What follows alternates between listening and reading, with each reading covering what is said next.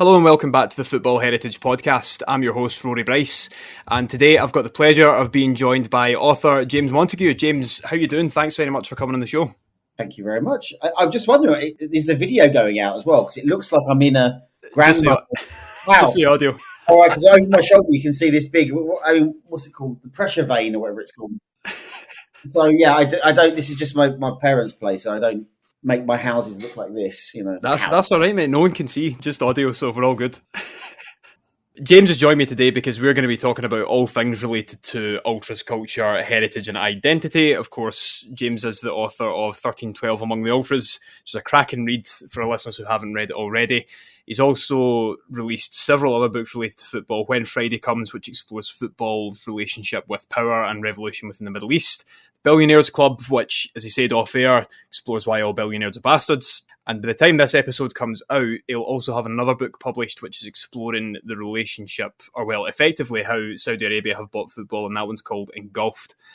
Got a fantastic CV. As a journalist, he's been all over the world exploring ultras culture and the relationship really between power and football, which, as we'll know from our last episode with Ronnie Blaschke, is something that's quite close to how, the things we like to talk about on this show. But just in case I've missed anything, James, why don't you tell our listeners a little bit about yourself? I think that pretty much covered it. I mean, I'm a writer, journalist. I mean, spend more time writing books really than doing like day-to-day reporting like I used to. But I started off as a politics I studied politics and I wanted to do something in politics, and I started writing, and it was very clear to me that writing about football was an extremely good mirror on society. So I ended up writing lots of football stories about politics. I mean, I think one of the first stories I wrote was about the Palestinian national team, which, as a national team, Palestine isn't recognised as a country at the United Nations Security Council, but it is recognised at FIFA. So understanding that story, you understand a lot about politics and power of what's going on in the Middle East, especially the Levant. So I've just carried on doing it. I've got this new book, Engulfed, coming out on the 27th of March on Thursday. And it's not just about football, it's about Saudi Arabia taking over pretty much every sport.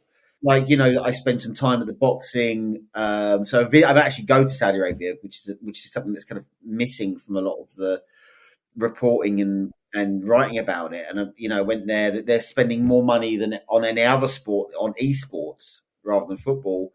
I saw Ronaldo play. He was terrible. Snooker. Snooker was the other one, which is I found out they revolutionised snooker, and I'm going to met up with Jimmy White when he was out there. That's class, to be fair. I wasn't expecting. I mean, to get to watch Stan, like I was watching, he was on like an outer table at the tournament, and to get to watch him up close. I mean, even at 60 odd, whatever, he still got it. So it was quite an experience. Yeah, I can imagine. I mean, yeah, that's the thing. I mean, they're taking over golf, obviously Formula One, everything, and as we've kind of mentioned on other episodes as well, this is part of their sort of 5-year plan, if you want to say that, within government to legitimise and kind of sports wash things, but that's a conversation for another time. So I'm looking forward to that coming out. I'm sure many of our listeners will have read Among the Ultras at the very least. And at the time it was released, it was pretty groundbreaking in the research, in that it wasn't just talking about, seeing ultras, because there's always this thing about just reading and writing about things, but you actually need to experience them. And that doesn't mean just sitting in a stadium watching these guys with pyro and flags. It means actually going in amongst their culture and their society to see how they are. And like yourself, I studied politics as well, and then moved into heritage. And one of the areas that my interest lies in the most is how ultras groups engage with and express their heritages and identities. So that's what our conversation today is going to revolve around, really how ultras groups use their heritage. And there's so much we could go into here, because no ultras group is the same, and no ultras group expresses their identity in the same way. They don't. I mean, it's such a heterogeneous world. I mean, in some ways there are lots of similarities. The aesthetic is very Italian, you could say, but of course there are differences in different ways in South America. That's what influences what it sounds like and what it looks like. But ultra culture is very much reflective of communities, and reflective of often certain sections of communities as well. There are national team ultras; they do exist in certain places, but again, like with the Albanian national team ultras, the red and black, who I talk about, they're often reflecting a kind of diaspora, ethnicity, and heritage. And the symbols they use kind of reflect that, probably in a different way than the groups within Albania that for the individual clubs recognise them. So individual clubs often have individual histories, and so what has always kind of fascinated me about ultras is the symbolism and the messaging, and especially what it is that they choose and what it is they choose to tell. And one of the best examples of this was in North Macedonia, where I met Artan Grubi, who ends up becoming the vice president of the country at one point. And, he used to be the main capo for Shkupi's ultras, who are ethnic Albanian. And, he would say that every week he would organise, because at the time in the late 90s, you had NATO's involvement in former Yugoslavia, in Serbia, bombing of Belgrade, what was going on in Kosovo. And so they were sending messages to their community using TIFO to show support for NATO, support for the Kosovans, support for their ethnic brethren. And it was this messaging every week. It was different. And it wasn't necessarily that it would be photographed, put in the paper. It was for them and for the rest of the people in the stadium. And that's what this has always been about, this messaging. Of course, it's about a love of football and a love of your team, and especially the love of your neighbourhood, which I think is really an important thing that's lost. It's about locality. But at the end of the day, it's about sending that message to local people. It's only very recently where it's been kind of transferable into social media. Those pictures and images are being sent all around the world, because of course ultras are very skeptical of social media for a long while and kind of shunned it, especially the older generation. So those symbols really, you get to really understand the history and also the direction of travel for a lot of these groups. I have to add a caveat there. It is usually, working class men, young working class men as well. It's very heavily skewed towards that constituency. So it is one part of one constituency, but it's a very important one. Yeah, definitely. And, there's so much to unpack from it. First of all, the sort of main title of the book, 1312, which is, of course, the numerical reflection of SEAB, so all cops are bastards. It's interesting because that's the one thing that you would argue actually unites ultras. Yeah. Do you know what I mean? Is their hatred of police and the state and what they would class as authoritarianism. Yeah, there's a part of me as a little teenage bellend in Essex who'd get in trouble with the police a lot. That like the idea of calling a book "All Cops Are Bastards" and it being published by Penguin. Like, I there's part of me that liked that, but the bigger part of me was like, no, this is the reason why I've called it 1312 is because it was actually very difficult to find to settle on a definition of it, of the scene, of the people, because it's so different all around the world and the politics is so divergent. I mean, people mistakenly think it's all right wing, it's all hooliganism, and it's not. It's much more nuanced than that. I mean, you do see left and right. I mean, it is extremes. I mean, you do get some non-political ultras as well. I mean, I saw that particularly work out particularly well in Sweden. But for me, it was about what they were against, and they were against authority. That was the biggest thing. It was against control, social control, societal control, and that, to be honest, is a kind of non-political issue. I mean, it's not reserved for one area on the political spectrum, if that's even relevant these days. So, the fact that I would see 1312 literally even in LA, I'd see it in Bosnia, I'd see it in Moscow, I'd see it in police states. I'd see it absolutely everywhere, and I thought, that's how you define it, is not by necessarily what they're in favour of, but what they're against, and that is control. And that is what drives all ultra culture from the beginning, is opposition to something. And whether it's your opponents, your rivals, or the police standing in front of you, or society in general, being in opposition. And there's a great Croatia or Serbo-Croat word, but used in Dalmatia, called dishbet, which is kind of like, against everything, even if it damages you, which I like. It's kind of, there's balls out. I'm just going to oppose everything, even if it harms me, and that to me kind of summed up a lot of ultra culture. But yeah, it's what they're against, and within that there's all sorts of other symbols and meanings, and nothing's forgotten, and fallen ultras are commemorated, and a lot of that heritage isn't recorded. It's almost like folk messaging over time. And so that's, really, in what facet of 21st century culture, aside from maybe some Amazonian tribes or something, do you still have real folk messaging going on, where almost stories are handed down vocally and verbally, And they carry on from generation to generation, because the turnover, in theory, between ultra, like the hierarchy of ultra groups, should be quite short, because it's young people being replaced by other young people. I mean, that changes a little bit when you get to Italy. And so those stories get passed down. And it's changing a little bit now, because the internet and social media is become a bit more accepted, whereas before, with the older generation, was absolutely shunned. But it's interesting that dynamic still persists. Yeah, that's also true. And you know, there's so many common characteristics of ultras movements we can go through. As you said, it's largely skewed towards young working class men. And the thing is, a lot of people will look at these ultras groups and immediately label them as uneducated hooligans and criminals. Don't get me wrong, there is an element of hooliganism and criminalism to it, as we'll talk about, but the majority of ultras groups are highly, highly educated. They're intelligent people, they're streetwise, they're on the ball. And it's because that they have this intelligence, they're able to use their heritage in the manners that they do. They're incredibly smart. They outwit each other. Their aim is to outwit not just each other, but also the hierarchies of their clubs, the police. They're incredibly switched on people. Yeah. As you mentioned there's a ritualistic aspect to it as well. But they are one of the last remnants of a modern day subculture, I think. Yeah, I remember writing this thinking, is there a bigger subculture, physical subculture as well? Because there's all sorts of other subcultures like online, but where there's a community of people that physically come together, there's actually not that much out there that's growing. I mean, you could talk about biker culture, you can talk about, some kind of subgenres of music like hardcore, heavy metal. And so, you get that, you get those subcultures, but this is truly global, massive, growing, tens of millions of people every weekend. And there's nothing like that. And because they're so against authority, against the police, against journalists, no one really has access to it, or really had access to it, or could really tell those stories before. So they've always been this extremely visible part of the stadium experience, even to the point where Sky Italia, even like English Sky TV, would use these images of these ultras who get castigated as hooligans and whatever. They'll use it in their broadcast to sell the excitement. It's a shorthand for the excitement and passion of football.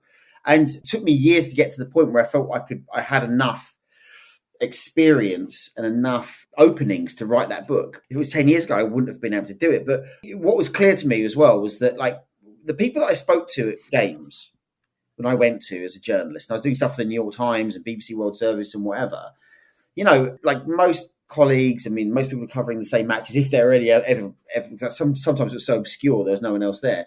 They'd go to the press box and they'd watch it from there. And I never had that, because I didn't start off as a journalist being sent to events. I started off as a freelancer thinking, okay, I want to do this story, so I'm going to go. I didn't have any money, so I went to the cheapest part of the stadium, which is the place I enjoyed watching football the most, which is behind the goal. Like, go to West Ham, go stand in the North Bank, pay my £5 until they knocked me down and whatever. But like, that was, to me, I was attracted to that noise and that. I mean, it wasn't really attracted to watching the football there. It's the worst part of the stadium to watch it. But I was attracted to the feeling of what it felt like. It was something I felt that rather than that you experienced rather than saw. And so when I started going to these stories and going into the curvers of various places around the world, talking to people, sometimes they'd get a bit touchy with me. It would be a bit. Usually I'd go with somebody who might know a few people, but because sometimes it got a bit fruity. But mostly, they could have respected the idea that I was there. So It took a while for them to warm up to me, but eventually it was like, okay, well, you're here, so just don't film anything, don't use our names, whatever. You start, but all the stories that I was doing, the least interesting things about the stories was the footballers. The least interesting things about the stories was the owners. The most interesting thing for me was the fans and what they're doing.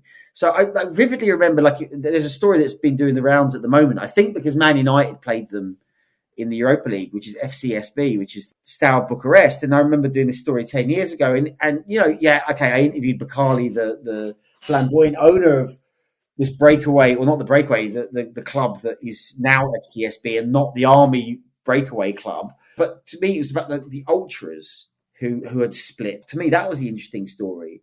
And, when you get into that, the amount of organization has to go into it, the amount of thought that goes into the messaging and so a lot of it you might not agree with, right?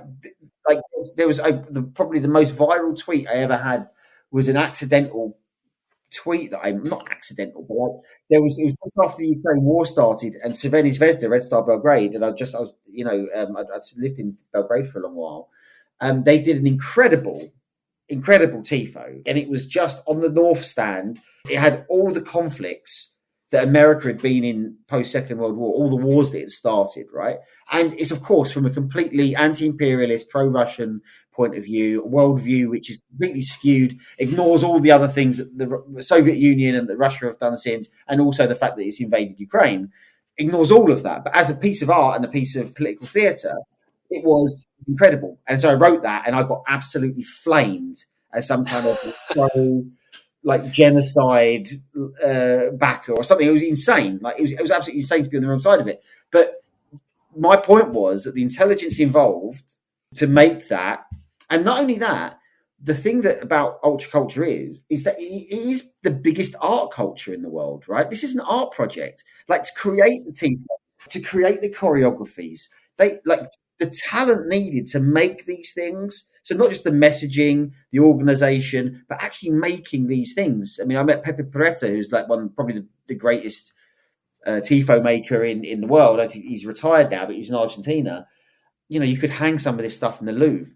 It's beautiful. Yeah, no, it is. And to think it's for single use. You know, it's for single use, and there's all rules around it. You know, like if your flag gets taken, which happened recently with a group from Roma, Napoli and Red Star Belgrade Ultras stole one of the Fedeins flags, you have to quit. You have to dissolve the group. Disband, yeah. You know, but these objects, which are hidden and they are protected as if, you know, they are the future, the children of the king who, you know, one day will take over the kingdom. It's just a beautiful image, but these things are so beautiful. So I always try to tell people that when you see these people, of course, that there is violent elements of it. If you're living on the edge of society in conflict with people, you get conflict. But at the same time, these groups can also be incredibly passionate and organized social actors as well, whether that's when there's a natural disaster, they get called into duty. When there's a lot of social work that a lot of German ultra groups do in terms of raising money and collecting food for kind of elderly people, refugees. It depends which side of the political spectrum you're at. But you know, it's talent and it's intelligence. I mean, of course, there are always idiots, and I've met a fair share of just pissed up goons. But you know, I wanted to tell the story about how like you've got it wrong about these people because they are changing the world around you without you realizing it. And if you underestimate them, then you're going to misunderstand why your society is changing, I think. That's a really good point. I mean, coming back to the tifos as well, two of my favourites, obviously Celtic, and one which kind of was what started the discussion, and in my mind about these guys are really smart, was the first time we played Lazio in 2019 in the Europa League. Yeah. And the Celtic fans, it wasn't a particularly pleasing to look at. It was a little bit bitty and messy, but the tifo they had was not just the Mussolini one, the Brigate Verte one, which obviously means Green Brigade, the name of our ultras, but it was modelled after the Red Brigade, the Italian anti-fascists and the communists who fought against fascism. And it's like to even just know who they were and to turn that into something that's related to your ultras culture is incredibly intelligent and clever, and to do it in such a quick turnaround as well. The organisation behind it has to be really, really good and efficient. But the other one, just from a kind of heritage standpoint, was quite recently. In fact, I think it was at the first Old Firm of the season. It was a great tifo to look at. It was of St Kentigern, who's Glasgow's patron saint, and it said "Our Dear Green Place," which is the Gaelic name for Glasgow, and obviously green because Celtic, which is class. Do you know what I mean? It's great. It's intelligent. It's relevant. It's what links the people in the stadium back to their club and the place where they're from within Scotland. Do you know what I mean? It's just amazing. And you see this in every country where you find ultras, right? I remember having to be almost be translated for me because I couldn't quite understand what it was. But I remember going to watch Red Star Belgrade win with a friend of mine who's a member of the Delia, and we went together. And it was almost like a Mario Brothers castle. I couldn't there was no words, or the castle came up and it came down. It's a Serbian folk song or Serbian children's song about the castle being like the greatest place in the world, where you are as a child forever, and it's the happiest place you'd be. And if you didn't know about this TV program growing up in Yugoslavia or being passed down, like, you wouldn't know what that would mean or what that would evoke. And so it wasn't for my consumption. It wasn't for international consumption. It wasn't even for online consumption, right? It was for Serbian consumption in that stadium. And I just thought, like, that's just like, I would not have, like, no, in a million years you'd not understand that. I mean, football is full of those things, right? These 100%. Very clever references and chants and like things that you would just like you would not know. I don't know. Like, I'm thinking about a West Ham chant I heard recently about who was it? It was like basically it was like referencing us losing to Villa in the League Cup final 25 years ago. Like, who remembers that? Right? Everyone who's a West Ham fan from that era, you know. So. Yeah, it is. It's incredibly clever. I mean, one of the Lazio Celtic beef is one of my favourites. That has obviously in the book I spend a lot of time with the Lazio ultras, which you know, I mean, a lot of them are fascists. I mean, literal fascists, and especially Fabrizio Piccatelli, the guy the head of the Irreducibile, who he's murdered a few months after I do the last interview with him, and he's murdered. Because he was involved in all sorts of other stuff as well. But for me, it was important that I also spoke to people who I didn't necessarily agree with, you know, that I wanted to understand why they did what they did, where it came from. And it came from always important. The same place. You know, this was an area of Rome or outside Rome where that worldview is completely legitimized. I mean, fascism has a kind of slightly different place in post-World War politics in Italy than it does in the UK, whereas the word fascist in the UK is absolutely abhorrent. Like, there's no way you'd have a fascist party. Like, I mean, you've had various different British National Party and, you know, National Union of Fascists, all these, but they're very fringe, very, you know, a National Front, very much, you know, even if some of their views are eventually co-opted by the far right of the Conservative Party or Reform, whatever, it's, you know, Italy is different. In Italy, it's a kind of legitimate political platform to follow or to not follow. But, you know, again, it is a reflection of the community. And through understanding where the Irreducibili come from, and also how Rome changes over 20 years with the fall of, you know, when the Soviet Union collapses, especially, and the 90s, where the movement of people change the demographics of whole areas, you kind of understand when those change, the curve reflects exactly what that politics is. And that's why we see so many far right groups, I think, in Italy and especially in Lazio. It's a shame I didn't get to go to because one of the things that's missing from the book, of course, is a chapter on Britain.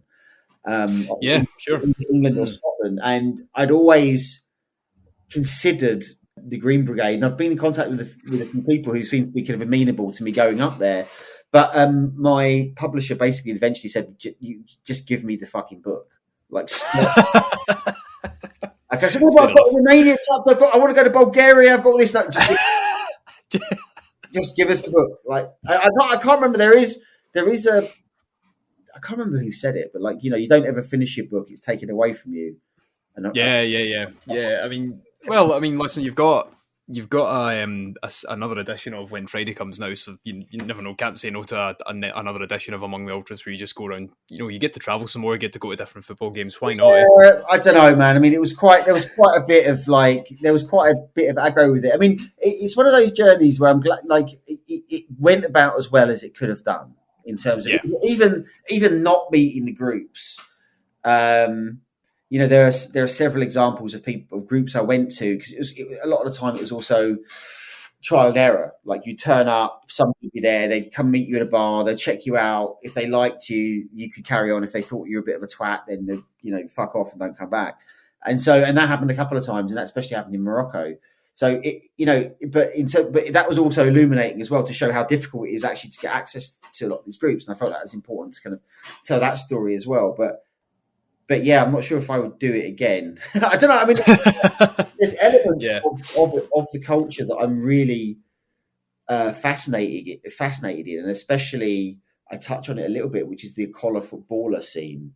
The fighting scene, which is is getting even bigger, um, and to the point now where you are now seeing, and there's some very interesting Telegram channels and Instagram accounts. I mean, they sometimes get shut down, but they find new ways of putting the results up there.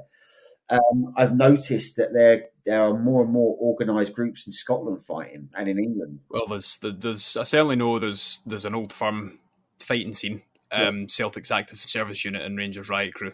I don't know about any other clubs, but those are the two that yeah, seem to get the most on social media exposure, and that is a really interesting element about ultras culture, because whereas a lot of what we see is obviously expressed within the stadium, yeah, this is more about like the tribal aspect of ultras culture, which is defending what your values, the club values, and the yeah. values of the supporters group is. And but what's I think most of it is like old school hooligan like style meetups, right? They meet up and they fight each other, and that's kind of what happened back in the day.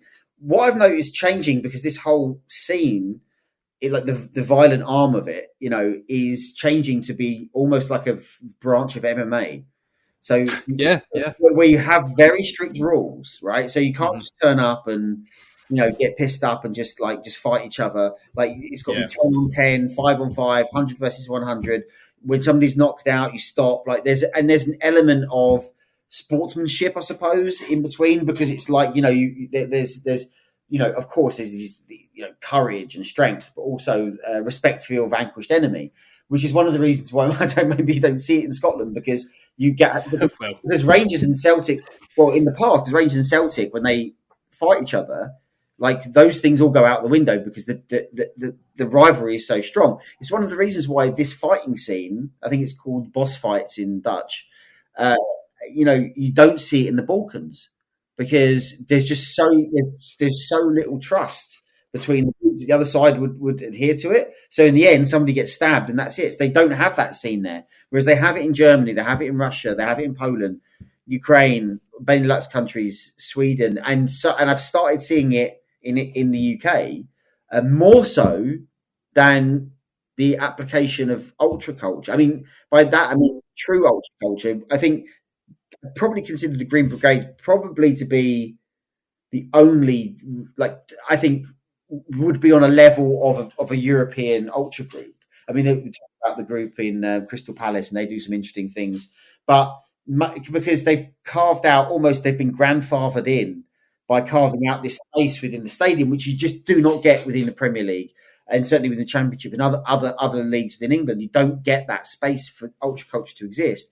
But outside the stadium is a different kettle of fish, and I see this a collar footballer forest fighting scene seems to be finding more traction because there's more space, weirdly, for that to exist. And then, I mean, parts of ultra culture have been co-opted by the powers that be. So you see all the tifos now, which are club funded and club approved, and don't let pyro out go, because that could be you get a 10-year stadium ban for stuff like that. But outside of the stadiums, it's this seems to be really putting down some roots in the UK, from what I can see. and it's interesting as well, because when I read about the organised fighting culture, I actually kind of thought to myself there wouldn't be anything like that over here, because even within the strong ultra culture that I'd say that Celtic has, and to a lesser extent Rangers, I'd say that it's, compared with European examples, it's still reasonably sanitised to a degree. And it's not going to be anywhere on the level of some other ultras groups. But then I saw that, and I'm like, well, this is a new kind of culture that's sort of starting its own wave, that's starting to seep over and things like that, And I think what I found most stark about the book was how much ultras cultures are actually involved within their politics and societies out with the stadium. Like in Argentina, where a lot of the ultras groups are actually fronts for organised crime. Yeah. Or ticket touting, or things like in the former Yugoslav, where the ultras cultures actually played a role within the war pretty heavily as well. Yeah, I mean, again, it's for me, it was like, I mean, this is a bit of a cliche, the canary in the mine, but like what, it's quite well documented. There's quite some excellent former Yugoslav scholars that look into there's all sorts of reasons why Yugoslavia collapsed. It doesn't collapse because of the ultras. These groups that start to be built in the 1980s on the terraces start exhibiting nationalist views because it's in opposition to what's happening to their country, which is kind of falling apart economically. And so there's a rise in nationalist feeling, which is and the most visible and open, and also probably an extreme form of it, was at these football clubs. And because these clubs were playing each other, it was these mini conflicts that were taking place. And so this happens like 5-6 years before, even the great game at the Maximir Stadium between Dinamo Zagreb and Red Star Belgrade, which gets called off. And there's also Arkan is there; he's leading the Delia. Alexander Vucic, the current president of Serbia, who, I mean, he's under a lot of pressure at the moment because of a huge student movement, but which is trying to get him removed from power. I mean, he's an ultra. He says he's an ultra, and has cleverly controlled football and fans at many clubs there because he understands the power that the terraces have in marshalling a message and popularizing it. And when it comes down to brute force in a protest, very useful constituency to have, as Slobodan Milosevic found to his as he discovered when he was removed from power. Yeah, this idea of power is something that keep cropping up as well, and we spoke about it on last week's episode with Ronnie Blaschke. And it's interesting how the relationship with ultras and power kind of manifests itself in different nations, because in some cases governments have actually hired ultras to attend protests for them, to counter those protests, or to beef up the numbers at protests as well, which is really fascinating. And one of the things that I loved most, actually, I think it was maybe one of the groups within the former Yugoslav, were effectively banned from going to football matches, so they attended basketball matches as well. And I think the point of the story you were telling at that point was that it doesn't matter to these guys about the football. It's not that they're in a football ground. What matters is the values and the ideas behind the badge or the club or the sports organisation, which is, it's just great. Yeah, I mean, Greece is a great place for this to understand. Like worst violence they've had in recent years. I mean, they've had some protests at the moment. And ultras and Barras Bravas are often at the forefront. I mean, I noticed recently there was a story earlier this week about there's been pension protests in Argentina because of the new Argentine president, that crazy libertarian guy, has basically slashed pensions. Pensioners have just been impoverished overnight. And they're protesting, and the police started beating up some old people. And who've turned up to protect them? Suddenly, you've got the clubs especially from Buenos Aires and Boca Juniors, especially La Dosa, turning up and are now protecting the protesters. Which we've seen in other places. Seen that in Turkey. You've seen that in Egypt, where I spent a lot of time with the ultras there. You saw it in Ukraine. To the point where there was this kind of truce between the liberal pro-European guys and women in Maidan protesting for a more European future, and these kind of far-right Nazi characters who were protecting them because they were on the same side, because the enemy of my enemy is my friend. And although they didn't agree that Ukraine's future was in Europe, they agreed it wasn't with Russia, and so they were in alliance. And so you do see that quite a lot. But what's great about we don't really have this in the UK, the idea of a club being a sports organisation. I mean, on the continent, it's much more common that you would have Barcelona as a basketball team and a handball team. I think it's got a handball team.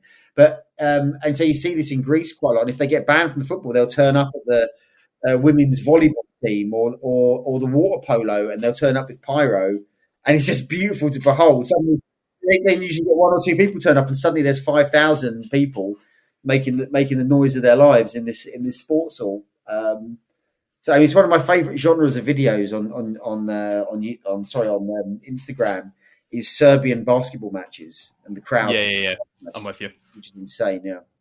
It's just funny seeing them like packed into this tiny like gym hall which would normally hold like 10, 20 people, and then like they all just let off their pyro off at once. It's so it's incredible, man. Sure, that can't be good to have pyro let off inside on the indoors, but I mean, I'm sure someone's got to deal with that. Yeah, it's mental, and again, it speaks to the level of organisation that has to take place. I think one of the most interesting parts about your journey with these different ultras was in Italy, which we've already touched on as being, politics in Italy is completely different to politics as we understand it anywhere else. And I think what fascinated me was that you got a bit of everything. You get the extreme left in, for example, Livorno. You get the extreme right in, for example, Lazio or Hellas Verona. And then you get those who would consider themselves unaffiliated, like some at Atalanta, but these aren't homogenized movements with clubs, and you can't pigeonhole one club as being particularly left or particularly right, maybe with, the exception of Livorno, because even at Roma, you've got different ultras groups who are on completely different ends of the spectrum. Yeah, you do, but I mean, Roma for me is the example. I mentioned it earlier about how when a city changes and when the districts change, whether it's gentrification or immigration or whatever, then the politics of the ultras from that community change as well. So you have seen there are still left-wing groups on the Curva Sud, but a lot of the groups is far more. I mean, it was traditionally it had always been the kind of pro-socialist. I mean, the Fedayeen, for instance, tells you exactly where that name comes from. It means kind of armed resistance fighter in Palestinian, in Arabic from Palestine. So obviously in the 70s, in the late 1670s, what was an anti-imperialist word to use? Of course, the Palestinian cause was one that the left, very much kind of latched onto. So that changing face is interesting. I mean, there is no doubt that the far right still has an extremely strong hold on many curves in Italy. I mean, Lazio hasn't changed its politics. Inter Milan hasn't changed its politics. But what has changed, and it was interesting going out. So the book was translated into Italian, and it came out last year. And I was a little bit worried when it came out, because when the book came out in English, the Lazio guys kind of like one of them who read English read it to see if I hadn't. Maybe I needed to be spoken to or something. But like they like, okay, all right, obviously you're a communist, but. But the way you wrote the meeting with Fabrizio Pitelli with Diabolic, that is how it happened. You didn't, we were there, we saw it. Okay, you're all right. And also, I'd like, when he was murdered, I phoned them afterwards and said, look, I can't believe, I'm really sorry because he's got a family and whatever. Even though he was a deeply problematic figure. I mean, he was still somebody that you'd interviewed who'd been murdered, and it was quite horrible.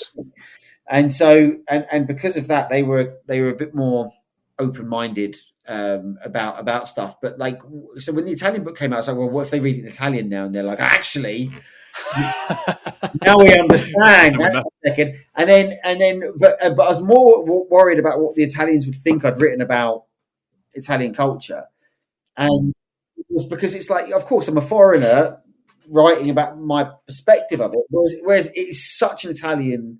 A piece of cultural heritage, ultra culture, and they're rightly very proud in many respects, even though they're kind of scared of it as well, especially in the mainstream media. And it came out, and the reaction to it was probably the best reaction I got anywhere in the world, even in England, because the book came out the day before the pandemic shut everything down, so I didn't really experience anything from that, physically. But in Italy, there were like hundreds of people would come out to these events that I'll talk at in Milan or whatever. And at the same time, you've had these like series of assassinations at Milan. The southern mafias have been involved, and the involvement of organised crime now is so prevalent especially in the northern curves in Italy, that it's become like a national crisis now. Yeah.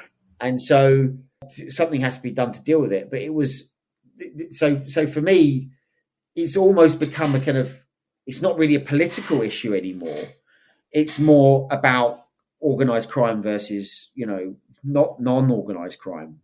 And that's the tension that, especially in the northern curves, that you see going on there. But it could, even though people look to the glory days of the 90s for Italian ultra culture, and that a lot of the guys at the top are still the same guys that were there I mean, I remember meeting Nino Ciccarelli a couple of years ago, who was like one of the guys, he was the leader of Vikings. Well, he hasn't been able to go to the stadium for 30 years because he's had all these DASPOs and banning orders and whatever. But he's still a figure that's respected, and there isn't quite yet the new generation to follow. So, but it's still absolutely ingrained in the Italian psyche about ultras. They're this, I don't know what you'd call them, like some kind of reflection of the national id or something. I don't know. Like it's like something that it means something, and they've like people like to morally pontificate about it, but they also begrudgingly respect the desire to live life on their own terms as well. And it's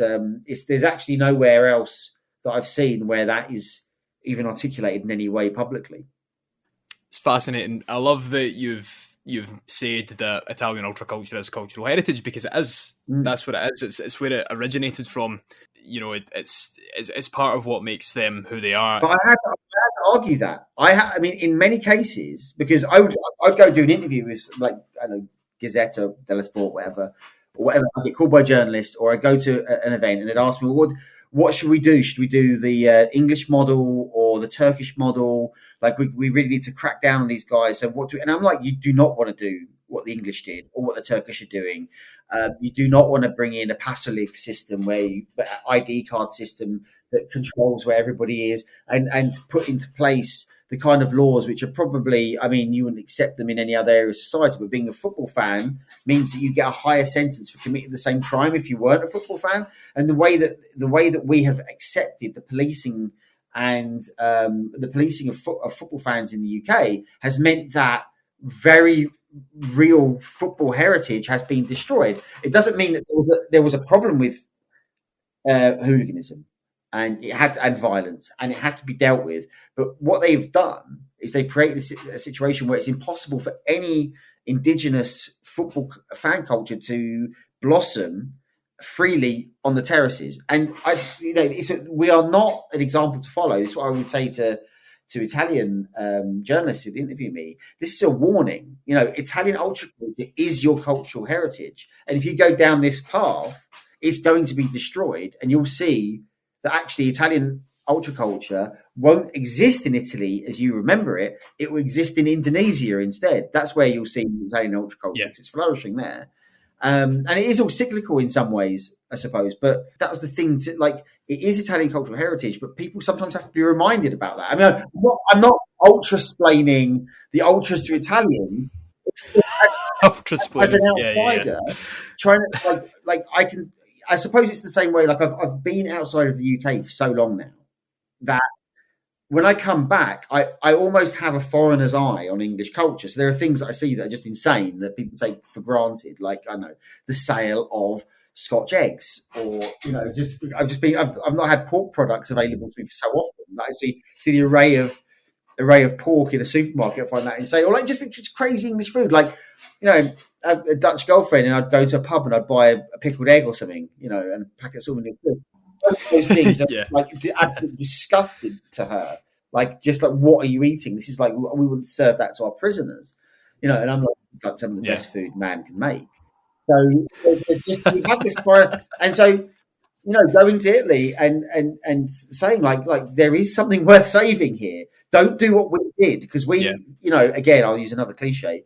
We threw the baby out with the bathwater when it came to the Taylor report and everything that happened after Hillsborough, which was obviously down to complete police abuse and mismanagement. But the reforms that came afterwards, changed football culture, got rid of a lot of the bad things, but it also got rid of some of the great things that made our football culture still revered around the world, and it continues to be, even as English and Scottish football doesn't really reflect what it used to be. People have this idea of what English and Scottish football is, but when they actually come, they're often disappointed because we've been policed almost out of existence. It's nice to see a kind of small movement beginning in other clubs up here as well. Motherwell and Hibs, probably the two most notable examples. But what I did find quite stark is that any of the ultras who took inspiration from English football culture was from Green Street, and it always comes back to Green Street, because in a post Taylor report and a post Green Street world, that's the closest thing they've got to look back on. I mean, I do make the claim, I think, in the book somewhere, that Green Street Hooligans is the most important British cultural film of the 21st century, because everywhere I went, people love Green Street Hooligans, to the point where I'm with Indonesian ultra groups, and they've got like British Rail symbols on their t-shirts. It's nuts. And they've absolutely gone all in on the Green Street Hooligans, and so they've taken West Ham and Millwall, and one guy had they mixed it up, so it was like the Hammers cross on the front, and then it had everyone hates us, we don't care, more associated with Millwall. Which I thought, how do I buy this T-shirt? Because if I took that home to my dad, it's hilarious.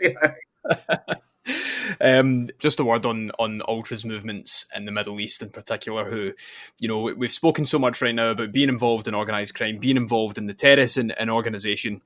These guys changed their societies and were part of one of the largest and most organised movements in the world. And it's incredible what the part they played in the Arab Spring and other similar revolutions around the region. I mean, one of the things that really opened the door to me to writing this, because the first ultras I met actually weren't in Italy, they were in Israel. When I was writing When Friday Comes, I met La Familia, which is the extreme far right, probably the most racist group of ultras you could meet in the world, fan group, however you want to call them. But I mean, they would call themselves ultras. I mean, they loved Green Street Hooligans as well, I remember. But they, it was really meeting Amir Fahmy, who was the guy who founded the Akhlawi. And I was really lucky. I went in 2007, which is almost 20 years ago now, and went to the first derby, the Zamalek Ahli derby. So this is long before the Arab Spring, but Egypt was a deeply unhappy place, very poor, very unfree, last days of dictatorship kind of vibe about it. It really was. And you go there and they had this, I mean, it wasn't full because Ali had basically won the title. And I remember going to their first ever TIFA and they were so proud of it. And it was and I saw them go for this group of a few dozen men to essentially become tens of thousands of people, men and women, who were drawn to the idea of being an anti-authority group within a police state, and seeing how they grew, and then seeing them at the revolution and being with them after the revolution. So all the way through, I'd be there, and I'd go to. I mean, then obviously had Port Said, this awful tragedy, which is essentially a state-sanctioned assassination of the group, and then followed by eventually when the coup brings the army and Abdel Fattah al-Sisi to power, ultras are banned because they realise how politically, in the right conditions in civil society, ultras can be an organised unit of change and a powerful one. And so, the Serbs have worked that out, the Croatians have worked that out, the Turks have worked that out, Ukrainians have worked that out, and to a certain extent, street movements for kind of right-wing and populist far-right movements, whether it's in Poland or Hungary, to some extent the anti-vax movement in Germany, these groups that share a common values can find themselves there, and can be the muscle of these groups, can be the engine of protest. As this guy Artan, we started talking about Artan Grubi, and he gave me, I think that's my favourite quote in the entire book. Right, he was a politician, he was an ultra leader, and he was like, yeah, these guys are the engine of protest. And I think that's really that's powerful. It's when people look at football fans as stupid, as violent, as nihilistic, it's because they want to see that. Whereas if you really look closer, you realise that they're not. I mean, some of them are, but the majority. This is an extremely fascinating and unique scene, full of talent. And a lot of the times the politics aren't what you agree with, but the fact that they're using that platform to tell a political story, I think is important to recognise, even if you disagree with the politics of it. I completely agree. And how many other movements within your society, again, going back to the example of the Old Firm, have had food drives for food banks, have had food drives and fundraising campaigns for Palestine, raised over tens of thousands of pounds, have raised tens of thousands of pounds for the armed forces and the veterans. it's rare that it doesn't happen outside, your big events like Children in Need or whatever. These guys are doing things week in, week out to actually support different communities locally and around the world. And yeah, no, it's incredible. And that's what they end up writing into their heritage and identity as well. And I think that is what is part of Ultra's identity throughout the world, and another commonality that they share is that they're actually very, very active in their communities. And I think people are quite picky with what they choose to discuss about Ultras, and that's one they almost always leave out. The community aspect of it, I mean, even the worst Ultras in terms of politics, in terms of the people that you disagree with the most, are active in their communities. That's where their support base is. And these are community-based things. I mean, there are some clubs, I know off the top of my head, Persija in Jakarta, for instance, right? The identity of that club is more like Jakarta is a place where people have moved to a very young age to work at a very young age. And so it's created a kind of like confederation of identities from all around a very diverse country. And the central point is this football club. But for most places that I go to, and especially this idea of Campanilismo in Italian, right, which is the bell tower, which means, people, their identity is to the bell tower of their town, not to the region. I mean, it's concentric circles, right? The region comes after, the country comes after that. And that's why, I mean, there's that great quote, was it Garibaldi or one of the founding fathers of modern Italy? We've made Italy, now let's make Italians. And that attitude is absolutely, if you look at Ultras, it's so regional, and it's communities within regions.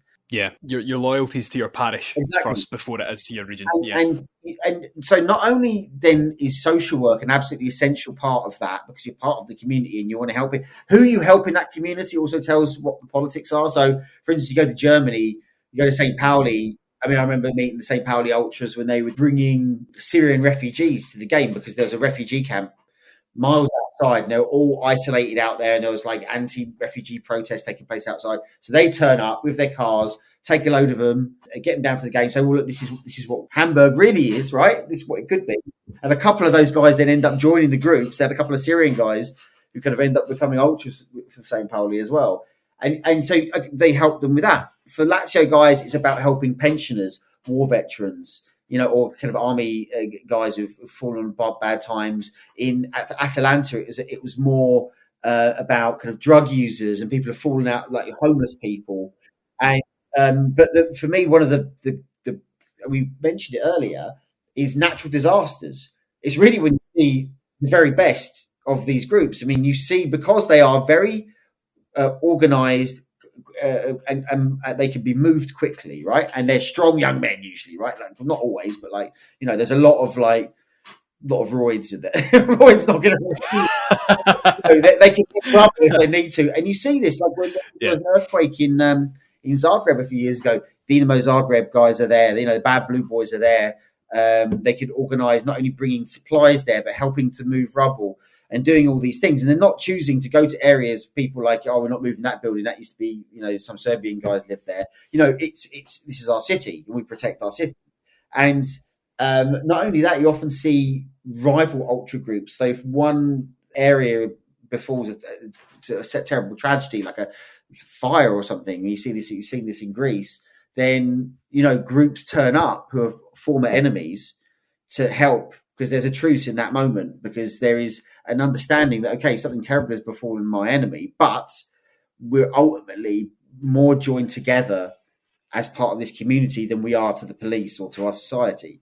And so there is solidarity even in the darkest places sometimes. Yeah, it's crazy when it all boils down to that obviously the way that we've been talking about it, it's all very tribal, it's all very protecting ours over what is everyone else's, and defending that, if in some cases to the death if need be. But then there are things that are bigger than it as well, and I think it's acknowledging that these guys aren't just these tribal hooligans, that they do acknowledge that there are bigger things, and that sometimes that can just be helping your community as well. I mean, when we're talking about favourite quotes from the book, I mean, it has to be the one, it was your friend Amar, never be afraid to walk away, but only when it's on your terms. I mean, yeah, you must have so many stories, and I could sit here and talk all day about them, I mean, that was like, I mean, he's very, unfortunately he dies. He had brain cancer. And he was an incredible man, but he brought that the story of, like, he had his black and white morality that he got from the ultras. he was an extremely well-connected guy. I mean, his father was the general secretary of the Federation of African Football, so he was from the elite. And he becomes the general secretary of African football. He has this kind of like second act when he's recovering from cancer, where he then decides he's going to take on corruption within the organisation, like the ultras would, like the absolute black and white. This is wrong. We are going to do this. Whereas everybody else in these organisations acts in an incredibly political, self-serving manner. And he essentially ends up getting removed, but not before he's managed to get the evidence and send it out to the international press to have the president eventually. He's banned from football. And then I think he's eventually gets reduced. But the point is that he's not the president of African football anymore. And then, a few months later, after announcing that he was going to stand for himself in that role, his cancer came back and he died. And I vividly remember when it happened because it was just before the book came out. And my Serbian friends, were devastated as well, because that's how I got to know so many of the guys at Red Star, because they had a friendship with Al-Ahly and the Ahlawi, because there was a Serbian Egyptian guy who was kind of in Serbia, but they'd recognized something about each other. And like when you think of Red Star Belgrade ultras, you think of like ultra nationalists and all this kind of very scary things. You think of Arkan, and here we have two groups. These guys are Muslims. I mean, a lot of them drank and smoked weed, and we had a great time. But essentially, they're culturally and religiously Muslims. And then you had this group. Then in the days after he died, they had a banner for him at the game after he died, saying Amir Fahmy RIP. And I can't think of another time I've ever seen a Muslim figure be venerated, at a Red Star Belgrade game. And it also shows you that there is opportunities, sometimes that, this is not a black and white world, even though the morality is black and white, but that you're against everything and whatever. But sometimes it can surprise you. It surprised me, and it continues to surprise me. And that's the thing, like it's not all black and white. You can't pigeonhole anyone or any specific group or club. And the thing is as well, like a lot of these guys, I think you mentioned in the book actually, a lot of these guys sometimes they won't know who the players are. Sometimes they won't actually keep up to speed with that. And that to me shows how entrenched they are in the idea of their identity and promoting that over actually looking at who is on the field. Do you know what I mean? And that's when it becomes not necessarily something about football. It becomes something that's a lot wider, where football is the vehicle to promote that. And yeah, it's just talking about ultras culture and the identity side of things it's just so fascinating, and there's so much to it as well. And yeah, I mean, as I said at the very beginning, Among the Ultras was the first book that I'd certainly read that kind of explored that to the extent that you did, and that's why it's so popular. And yeah, I mean, we can only hope that there's more that's added to that bulk of literature as well. But just before we finish things up, James, is there anything that you would like to add? Buy Engulfed. Yeah, Buy Engulfed. I'm going to shoehorn this non-ultras book. Although, yeah, go for it. It tells you something, because Engulfed, How Saudi Arabia Bought Sport and the World. It's coming out with Blink, published Blink in the UK. It's going to be published. It's going to be translated in a few languages as well. But it's coming out Thursday, 27th of March. But interestingly, for ultra culture, I did come across Saudi Ultras, which was only, they weren't against the police, they weren't against authority, but they had these T-shirts on. I went to Al Nassr game, which is the team from Riyadh that Cristiano Ronaldo plays for, and they had like Curva Sud. There's their group called Curva Sud, and they had their own tifo, right? They made. Al Hilal have their own group. I think it's called Blue Power, and they do their own tifo as well. But the Nassr one is still in their infancy, and they had this. It was like Ronaldo on a cruise ship, as if it was like Titanic or something. But it was the first time I'd ever seen it. It was actually sponsored by a travel company, so they paid for it, and so it's the first sponsored tifo I've ever seen. But it also shows how much ultra culture has influenced society. That in Saudi Arabia now, every game you have groups making choreographies and tifos, and very much in the ultra tradition. I mean, it's an aesthetic rather than a political for sure thing, but maybe that follows. You never know. Yeah, absolutely. Yeah, buy engulfed. That's the entire message and point of this podcast. Paid sponsorship. I wish. Yeah, no, that this has been a great chat, James. Thank you very much for giving your time to come on. I know you're back visiting your parents, so I do appreciate it. To our listeners, thank you very much for listening as well. If there are any questions you want to ask about this episode, or if you want to suggest an episode yourself, just get in touch. You can DM us on X, that's @_footyheritage, or you can email us at hello@footballheritage.co.uk as well. But for now, James, say goodbye. Thank you very much. That's a goodbye from me as well. We'll see you all again next week. Goodbye.